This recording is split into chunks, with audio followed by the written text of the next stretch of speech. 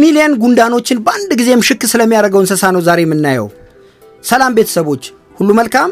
ሰላም ወንድሜ፣ ሁሉ ሰላም አለን። ዛሬ ስለ ፔንጎሊን የሚባል አንድ እንስሳ አለ።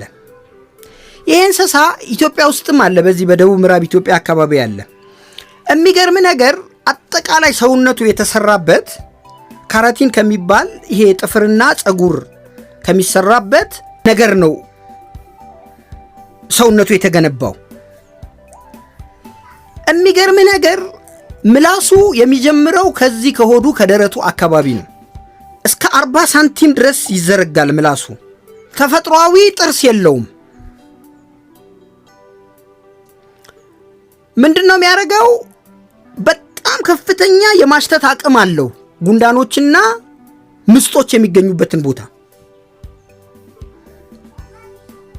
በምላሱ ያንን ደርምሶ ይገባና አንድ ጊዜ እንደዚህ ሰብስቦ ነው በምላሱ የሚከታቸው። ጥርስ የለውም፣ አያኝካቸውም። እኔ የፈጣሪ ስራ በጣም ነው የሚደንቀኝ። ሁሌም እንደተደነቅኩ ነው በፈጣሪ ስራ። ምንድነው የሚያደርገው? ሰብስቦ እነሱ ልሶ ከከተተ በኋላ ጥቃቅን ድንጋዮችን አብሮ ይበላል። ውስጥ ፍጭቱን እንዲያግዘው ማለት ነው። አሉ እንደዚህ አይነት አሁን የወፍ ዘሮች ምናምኖች አሉ፣ እርግብ ዘሮች አሉ፣ ወደፊት እናያለን። ድንጋዩን ይከትና በድንጋዩ ነው የሚፈጫቸው። እንዳልኩ እሱ የተሰራበት ጥፍርና ፀጉር ከሚሰራበት ሴል ስለሆነ እድገቱ አይቆምም። አሁን የሰው ልጅ ጥፍርም ብሎ አይደል የሚያድገው? በቃ እድገቱ አይቆምም። ራሱን ከጠላት እንዴት ነው የሚጠብቀው? እንደ ኳስ ጥቅልል ይላል፣ ራሱን ያደበላል። ዋና የሱ ጠላቶች ሌኦፓርድና አንበሳዎች ናቸው። ሌኦፓርድ የሚባለው ነብር አለ አይደል? በፍጹም ከተጠቀለለ ማስለቀቅ አይችሉም። እሱ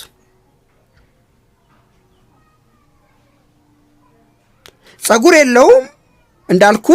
ከዛ እንትን የተሰራው ግን አጥቢ ነው።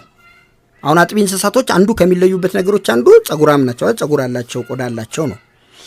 እሱ ከጥፍር ነው የተሰራው ብያለሁ። ዛፍ ላይ ይኖራል።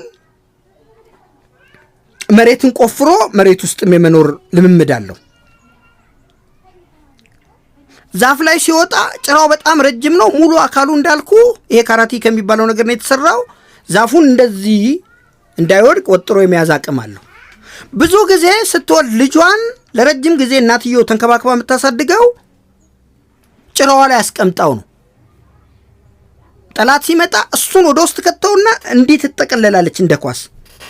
የትኛውም ሌኦፓርድ በዛ ጥርሱ አይፈታትም፣ ጥሎ ነው በቃ የሚሄደው መጨረሻ።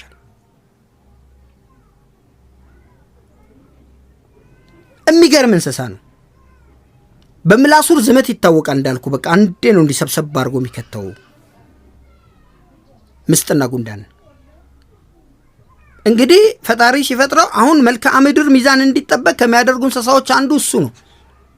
ብዙ ጉንዳኖችና ምስጦች ከሚገባው በላይ እንዳይስፋፉ ያው እሱ አጽጃቸው ነው ማለት ነው። ከሊዮፓርድና ከአንበሳ በላይ ዋና ጠላቱ የሰው ልጅ ነው። ያንን ቆዳውን ፍለጋ የሰው ልጅ ያድነዋል። ለተለያዩ አርቲፊሻል ነገሮች መስሪያ ስለሚያገለግል ማለት ነው። እና ድንቅ ተፈጥሮ ያለው እንስሳ ነው። እንደሚመቻችሁ ተስፋ አደርጋለሁ። አመሰግናለሁ።